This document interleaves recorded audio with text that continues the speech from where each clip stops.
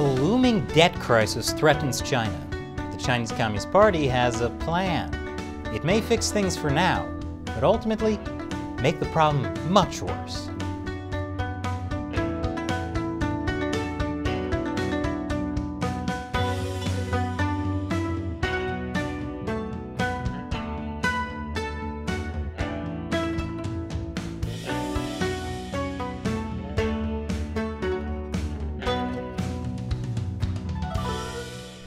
Welcome to China Uncensored, I'm Chris Chappell.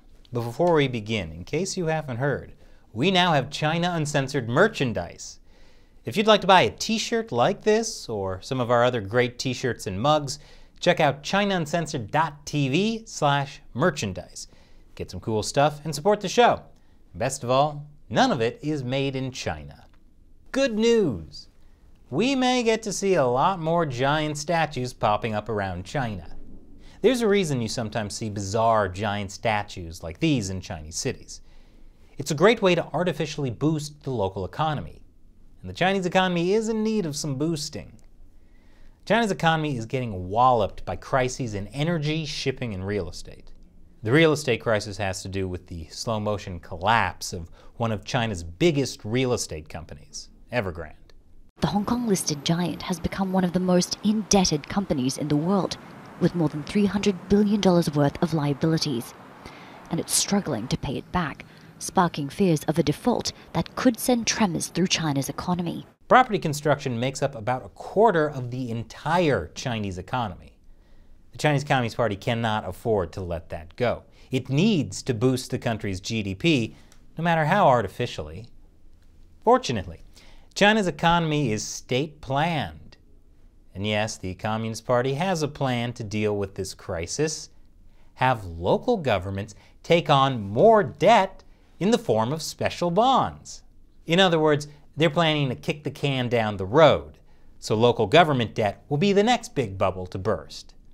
I'll show you how after the break. Welcome back. Last week, China's State Council met to come up with a plan to deal with the nationwide economic slowdown. The solution?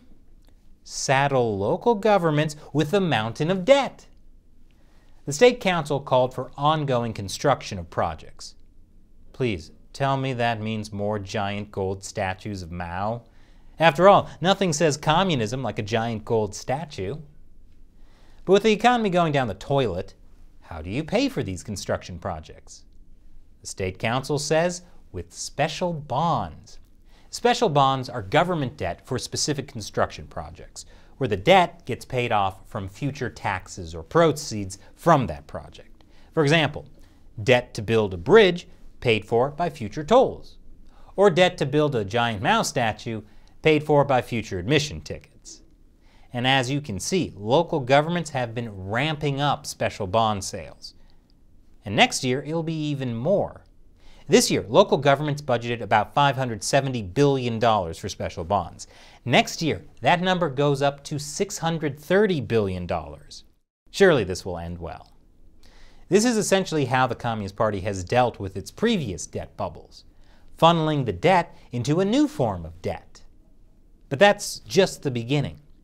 Major Chinese cities are making it easier for property developers to get loans. More after the break.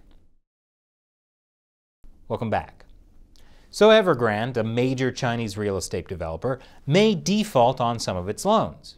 So it's probably a good idea to make it easier for Chinese real estate developers to get loans. That's what the city of Chengdu is doing. Chengdu is the capital of Sichuan province. It has 21 million people. It's going to accelerate approval for home sales and property loans, as well as ease restrictions on using proceeds from pre-sales. Basically, to make it easier for other developers to do what Evergrande did. Because what China's real estate market really needs right now is more debt and fewer regulations. Many Chinese cities are also easing rules on land bidding.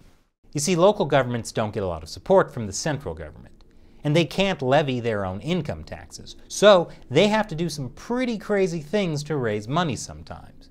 And land sales are a major source of income for them.